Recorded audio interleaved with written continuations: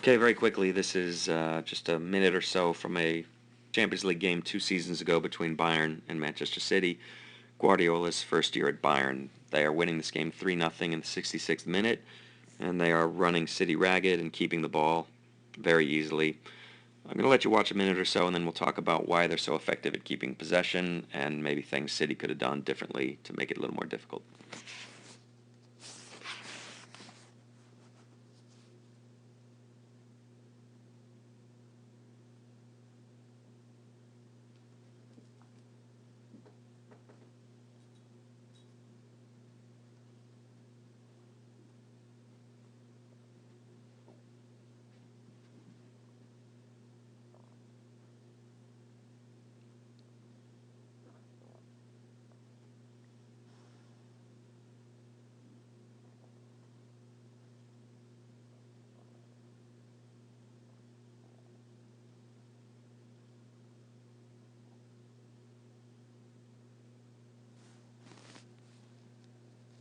All right, so pretty easy to see that it's an absolute masterclass from Bayern at this stage.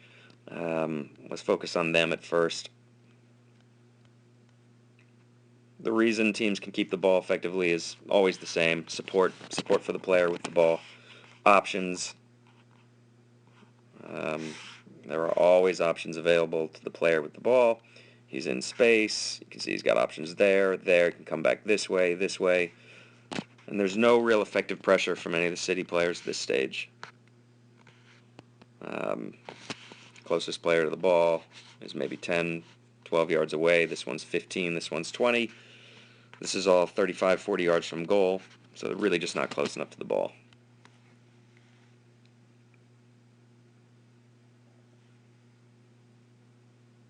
Again, now City have a decent situation right here. They've got the player with the ball in a wide area, pinned up against the touchline, and 1, 2, 3, 4 defenders relatively close to it, a couple of support defenders here and here. But at this stage of the game, the work rate is just not enough. They're too fatigued. Their spirit has been broken. And Bayern don't have much difficulty playing out of this pressure. Now what you see is a really bad shape for City. So they got a number of players in this little box here. 1, 2, 3, 4, 5, 6, 7. And that would be great if the ball was in here somewhere. But it's not. The ball's circulating outside that box. And again, because of fatigue and other reasons, that box is not staying intact and not moving with the ball. So now one of the problems you start to see is that in their frustration, City players sort of take it in turn to try to apply pressure to the ball one at a time. So you'll see one player try to make an effort to win the ball, but nobody else is going with him. This is Aguero chasing up here, and he really has no chance of winning this ball back. Ball goes in there. You see one player apply a little bit of pressure. Now they get split. Again, a player steps, doesn't win it. Again, they chase up high. Now there's a very bad step right there. That's something that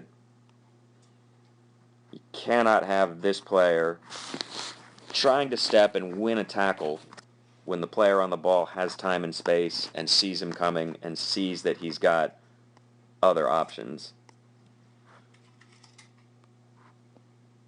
And when this pass is played, it cuts 4 City players right out of the game.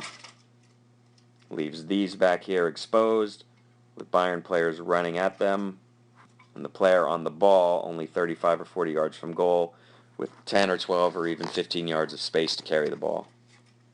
That is a very bad step. I think that was Fernandinho here.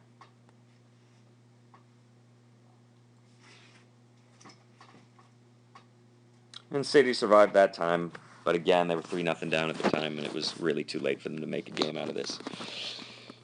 So the quick lessons: you keep the ball by supporting your teammates. Obviously, the technical quality is very high. Those were all good passes, all good first touches to control those passes, but it was movement off the ball to provide options for the player on the ball, what we call support, that let Bayern keep the ball. City, fatigued, disoriented, not working together as a unit, individual players chasing the ball, trying to close down space, players behind them not recognizing that, not moving with them. Just doesn't work. Has to be a group effort. That's all.